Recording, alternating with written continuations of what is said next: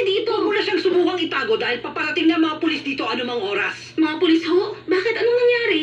Huwag ka nang magkunwari! Sinungaling! Pakiusap lang, ma'am.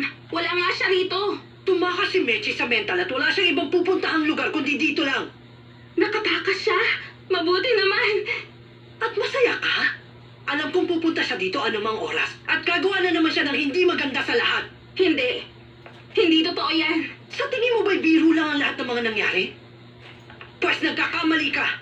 Sa oras na pumunta siya dito sa bahay niyo, sabihin mo ko para masundo ko siya. Yun ay kung gusto lang po niya. Umalis siya doon dahil ayaw niyang tumira doon. Ipasok mo to sa kukote mo.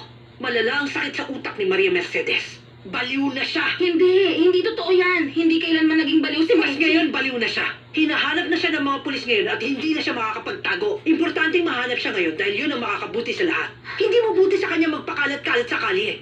Sabihan mo ko kaagad. Kung ayaw mong isa-isa niyang patayin ang mga tao sa pamamahay na ito. Ba...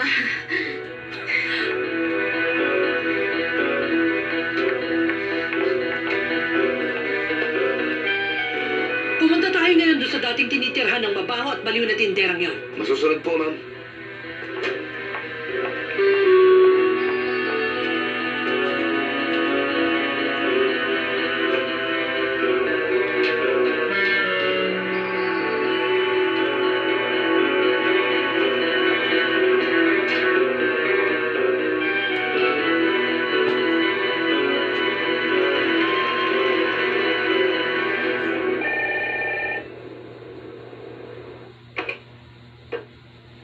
Ordonez Construction Company. Ako to, Rosario. Hindi ka maniniwala sa ibabalita ko.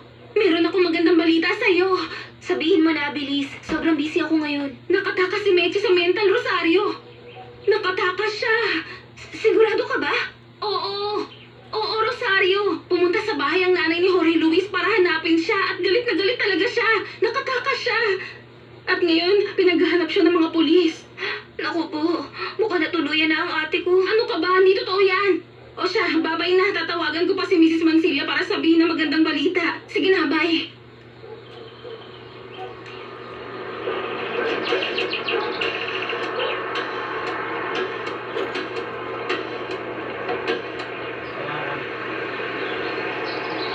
Hello? Mrs. Mansilla?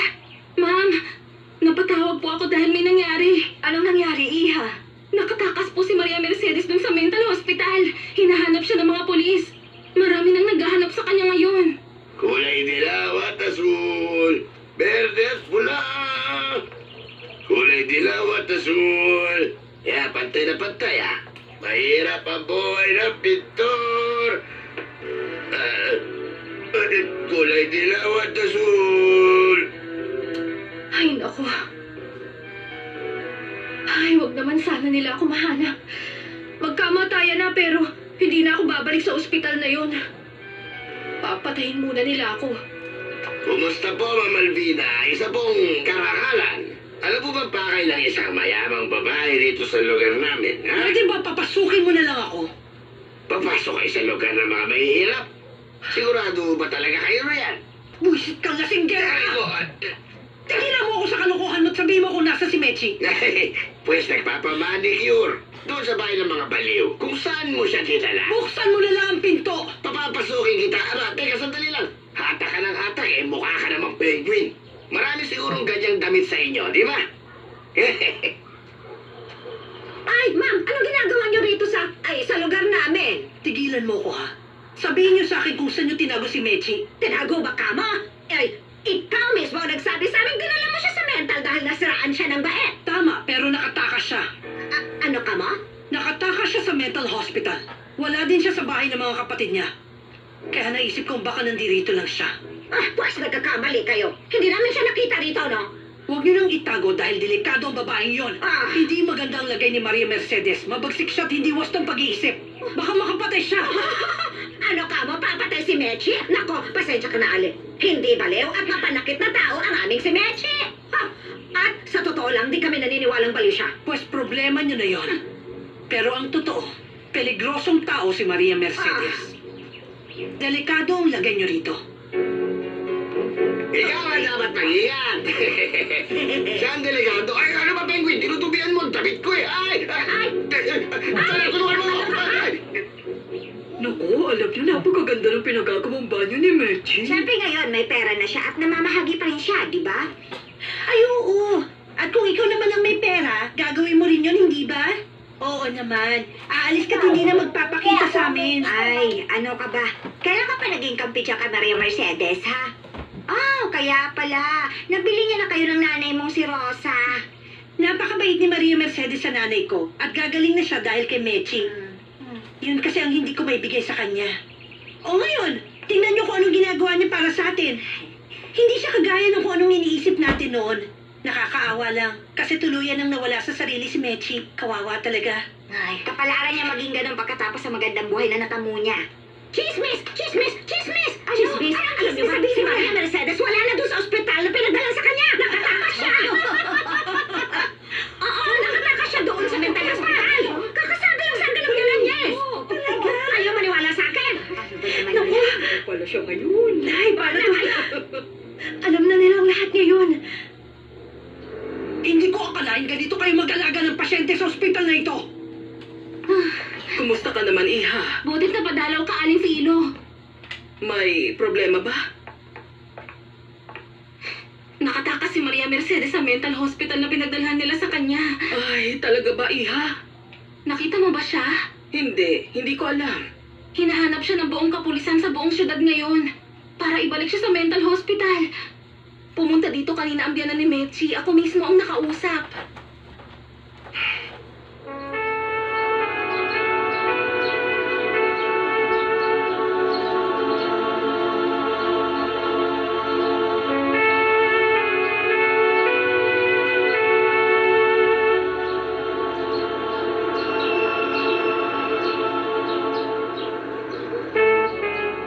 Mrs. Del Olmo, hindi rin namin alam kung paano siya nakatakas. Dahil mga pabaya kayo. Ma'am, pakiusap. Alam nating mahirap makatakas sa lugar na Ay, ito. natakasan pa rin kayo ng isang baliw. Oo, tama kayo. Pero hindi pa naman hukumpirmado. Oo, iba ang kanyang mga kinikilos. Pero may mga eksamen pa kami ginagawa sa kanya para malaman ang totoong kondisyon ng pag-iisip niya. Gayon pa man, ginagawa naman po ng pulis ang lahat ng kanilang makakaya. Alam niyo namang nagdadalang tao ang manugang ko. Kailangan niya at ang bata ng proteksyon. Pues opo ma'am, tama po kayo. Pero yun nga po, hinahanap na namin siya. Huminaho na po. Sana mahanap na siya sa lalong madaling panahon. At walang masamang mangyari. Dahil kung hindi, lahat kayong nandito ay mananagot sa akin. Hindi ka man lang ba tinawagan ni Mechi para magsabi? Hindi po, ma'am. Noong una po natutuwa ako dahil akala ko uuwi siya dito. Pero ngayon nag-aalala na ako. Ay, Diyos ko. Hindi din po ako kumbinsidong nabaliw siya, Mrs. Mancilia. Hindi. Hindi rin ako naniniwala. Wala namang pinagbago si Maria Mercedes eh. Ay, yan din ang tingin ko. Pero nilagay siya ng mga doktor doon at hindi nila agad pwedeng sabihin nawawala na siya sa sarili niya. O nababaliw na. Pero ano na kaya ang nangyayari kay Maria Mercedes ngayon? Sa tingin ko siya'y naging biktima sa lahat ng palabas ang pamilya Del Olmo.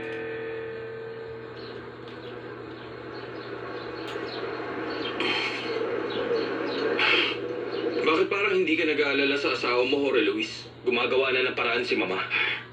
Hindi siya dapat ang gumawa nun. Dapat ikaw. Hinahanap na siya ngayon ng mga pulis, Ricardo. Hindi ka ba nag-aalala na baka may mangyaring masama sa kanya? O anong gusto mong gawin ko kasi ewan ko. Alam mo namang ayaw ng mama mo kay Maria Mercedes. Pero sigurado kung hindi niya kaya manakit. Ikaw dapat ang naghahanap kay Maria Mercedes. Pero bakit parang wala kang pakialam? Ay, Ricardo. Mukha lang wala akong pakialam. Pero sinisiguro kong palaging nasa isip ko si Maria Mercedes.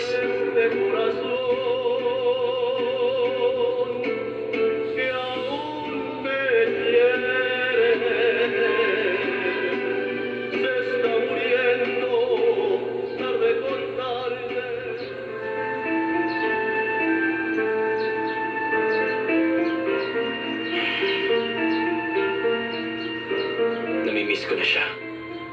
Sa totoo lang, hindi halata. Ang mga pulis na ang bahala maghanap sa kanya. Isa pa, hindi ko alam kung saan magsisimula, Ricardo. Paano kung may gawin siyang hindi tama? Paano pag nagpakamatay si Maria Mercedes? Hindi. Hindi niya yun gagawin. Kung wala siya sa sarili niya, pwede niyang gawin ang kahit na ano. Pues hindi siya nawawala sa sarili niya gaya ng sinabi mo. Ang totoo, ayoko siyang mahanap.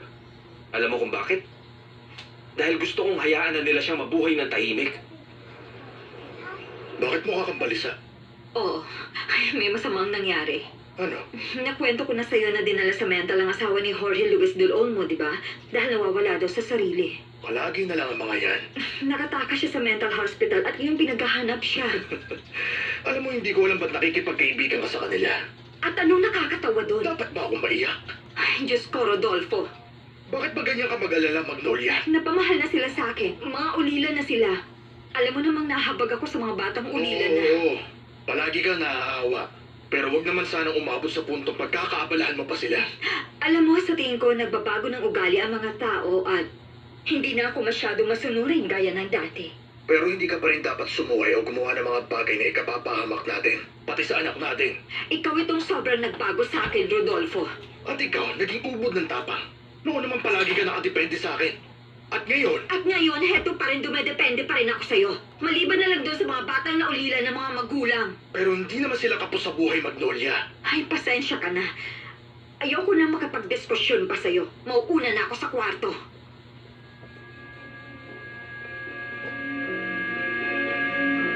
May tinatago ka, Magnolia. At malalaman ko rin kung ano yun. Ay, naku po. Grabe yung pag-aalala ko. Aling Philo, ano nangyari? Anong balita sa labas? Pumunta ako sa bahay ng mga kapatid mo at napakarami nilang kwento eh. Ay, Aling Philo, sabihin mo na sa akin. Ay, malamang alam na ni Candy at Rosario na nakatakas ako sa mental. Alam na din ng lahat ng tao dito sa tenement ngayon. Kanina pinag-uusapan nila ako at sinasabi nilang nakatakas nga raw ako sa ospital ng mga baliw. Ano ba naman yan? Ibig sabihin kumalat na ng husto ang balita, tama ba? Sigurado kung yung bruha mong biyanan na may gawa. Dahil alam mo kung bakit pumunta siya kanina sa bahay mo. Ay, naku, Aling Philo, ano pang nabalitaan niyo? Mukhang kakailanganin mo pang magtago dito na matagal-tagal, Iha. Hinahanap ka kasi ng mga pulis para maibalik ka dun sa mental. Ay, hindi.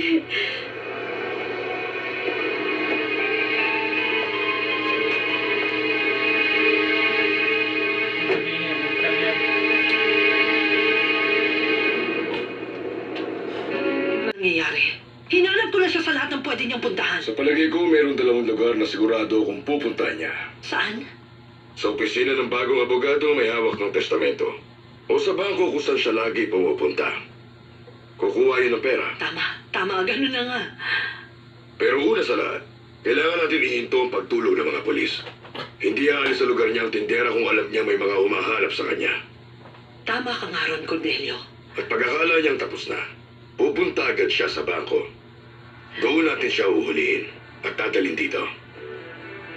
Hindi siya makalalabas sa bahay na to hanggat hindi siya nahihirapan at nagiging miserable. Napakagandang ideya. Gusto kong magbantay ka sa bangkong palagi niyang pinupuntahan kung saan siya kumukuha ng pera. Kailangan nating mahuli ang tindera ng tiket na yon. Pinuntahan nila si Candy at pati na rin yung mayamang babae din. Yung sobrang yaman. Si Madam Malvina? Hindi yung bruhang yun, yung isa. Yung babaeng sobrang bait sa'yo, yung maraming itinulong. Ah, kung ganun si Mrs. Mancilio yung Oo, pumunta. siya nga. Teka, sinabi mo ba sa kanilang nandito ako? Ay, ano ka ba? Hindi. Alam mo namang sarado ang bibig ko, hindi ba? Ay, Osha, pakisabi na lang kay Rosario na huwag siya mag-alala, ha? At kay Candy na rin. Pero wag muna nilang sabihin kahit kanino. Hindi ko nakita si Rosario dahil nasa trabaho. O siya, ikukuha mo na kita na makakain mo dito, ha? Hindi. Hindi. Kailangan mong kumain. Kailangan mo pang magpalakas, Iha. Hindi pa natin alam kung gaano katagal ka mananatili dito. Sige Igagawa po. kita ng tacos, Iha. Hindi ba paborito mo yon? Bakit mo nililinis ang kwartong to? Araw-araw ko pong nililinis, Ma'am Digna. Obligasyon ko po yun. Kawawa naman si Mechi. Nasaan kaya siya?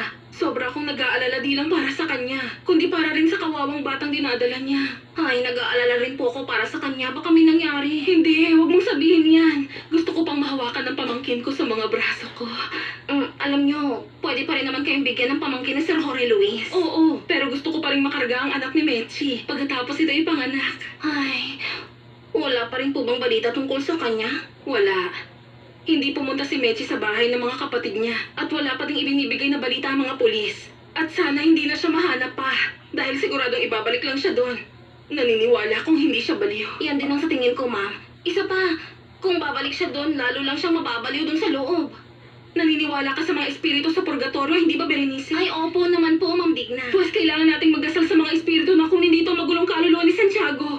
Magmisa tayo, magdasal, magbasbas, at tumulong sa nangangailangan. At magdasal. Dasal para sa kaluluwa niyang naliligaw. Kahit alam nating nasa impyerno na ngayon ang kaluluwa ni Santiago. Mahihirapan siyang umalis.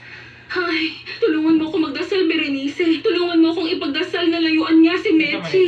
Siya ang may kagagawa ng lahat ng ito. Si Santiago. Di ba po nakakain ka na, Aling Philo? Ay, Tina. Itatabi ko ang mga ito. Para pag nagutom ako, may makakain ako. Pag nagutom ako, kakain ako ulit. Teka, bakit para bang kino-question mo yata ako, Tina? Hindi po. Mahilig ka rin kumain, di ba? Alam ko, huwag mo akong lokohin. Ikaw munang bahala, ha? Apo. Ay, Diyos ko, teka. Teka. Padaan mo na, boy.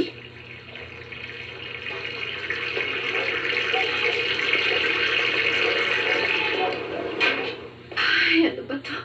Parang mas malala pa to kaysa sa kulungan. Mechi, Ano yun? heto, pinagluto ka ni Tina ng almusal. Kumain ka na. Filo. Gusto kong makausap si Rosario, Aling Filo. Iha naman. Hindi pa ngayon ang panahon. Baka kasi nagmamanman pa ang mga pulis ay kinikilos ng mga kapatid mo dun sa bahay at sa bahay ng asawa mo. Kailangan ko kasi ng pera pang gastos dito. Hindi ako makalabas dito at makapagtrabaho. Pero may pera ka sa bangko, di ba? Mag-withdraw ka na lang. Alam niyo namang ayokong galawin ang perang yon. At isa pa, baka mahuli ako kapag pumunta ako dun sa bangko. Iha, hindi naman yan problema. Gawan mo ako ng cheque at ako magpapalit. Ay, tama ang naisip niyo, Aling Filo. Ay, kaya lang wala akong dalang cheque rito. Wala tayong magagawa dyan. Pero huwag kang mag-alala, Iha. Meron kang pagkain at tinutuluyan. Ganon din sa Rosario at Candy. At kapag natapos na ang gulong ito, magiging maayos na ang lahat. Alam niyo, Aling Filo, Ano? kasi gusto kong malaman ni Jorge Luis kung nasan ako ngayon. Karapatan niyang malaman dahil alam kong poprotektahan niya ako. Pero paano ko ipapaalam sa kanya? Napakadali lang yan, Iha. Padalhan mo ng padalhan ng sulat na walang nakalagay na address. Pwede mong gawin yung ganun.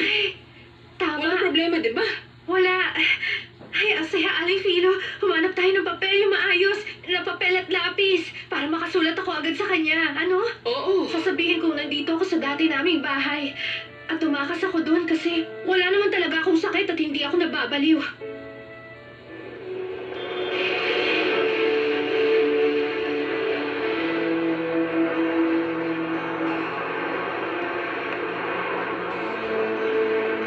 Ano ang balita, Cordelio? Wala po, Ma'am Alvina. Pero masyado pang maaga. Kaunting pasensya pa. Uuwi na ako sa bahay. Tawagan mo ko kaagad kung may balita ka na. Opo, Ma'am. Tayo na. Heto na, Iha. Simulan mo na. Magsulat ka na para sa asawa mo. Ay, naku, kaso lang baka hindi niya maintindihan ang isusulat ko. Ay, ikaw na lang magsulat para sa akin. Sasabihin ko na lang kung ano isusulat niyo. Pero dapat puro magaganda lang ang ilalagay natin dyan. O sige, ano ba yon? Gusto ko ding padalhan ng sulat si Rosario. Pwede nating sulatan yung dalawa, hindi ba? Tapos ikaw na lang maghatid sa kanila. Pero huwag mo hayaang makita ka ng iba dahil mayayari tayo. Maliwanag? O sige, Iha, sabihin mo na. Teka, umpisahan na natin yan. Simulan natin sa mahal kong asawa. Ano na? O sige, teka, Jorge Luis. Hindi maganda kung yung pangalan lang niya. Eh ano dapat? Ganito. Minamahal at sinasamba at iniirog kong asawa. Aba, Aling Filo, may pagkaromantiko ka pala. Sige na, sabihin mo na. Sige. Pagkatapos ng sinabi mo, gusto kong malaman mo na tumakas ako sa mental hospital. Teka, huwag kang mabilis. Hindi pa naman ako mabilis magsulat. Sige, Magalan mo lang. Na tumakas ako. sa... Dahil hindi naman ako nababaliw.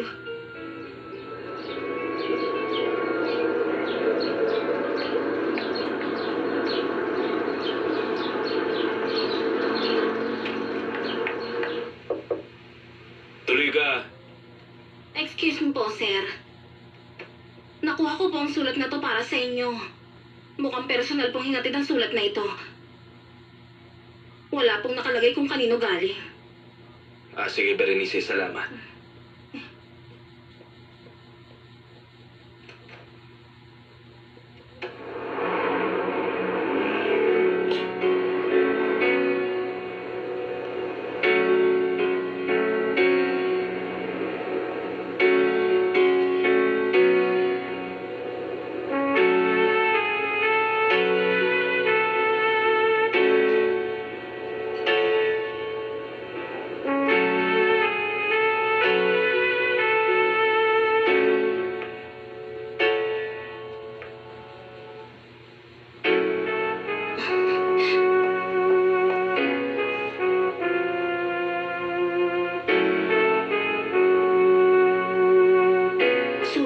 kay Rosario.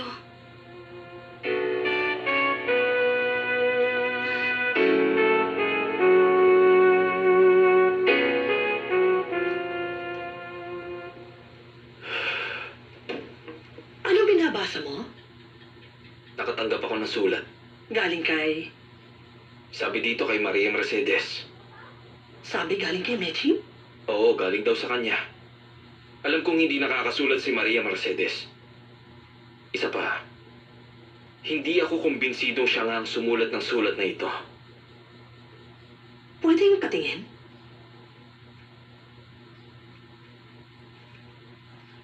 May nagsuksok nito sa ilalim ng pinto kani-kanina lang. Uy, mahuhuli ka na naman sa trabaho. Ay naku, bahala sila. Ha? Sulat na galing kay Ate Mechi. Aber, anong sabi? Basahin mo. Rosario, si Mechi to. Maayos ako. Pero hindi kita mapuntahan dahil hinahanap ako ng mga pulis. At ayoko nang ibalik pa nila ako ulit sa ospital ng mga baliw. Konting pasensya lang. Mapapadalhan na rin kita.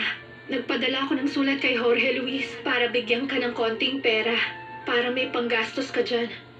Bisitahin mo si Andres at dalhan mo ng pagkain. At kung pwede si Guillermo na rin. Sigurado akong namimiss ka na rin ni Guillermo. Dalhan mo ng prutas. Dalhan mo din siya ng paborito niyang merengue. Pag pumunta si Madam Malvina, huwag mong sabihing sumulat ako sa'yo. Mahal na mahal kita, Rosario. Sobra. Ihalik mo na lang ako kay Candy.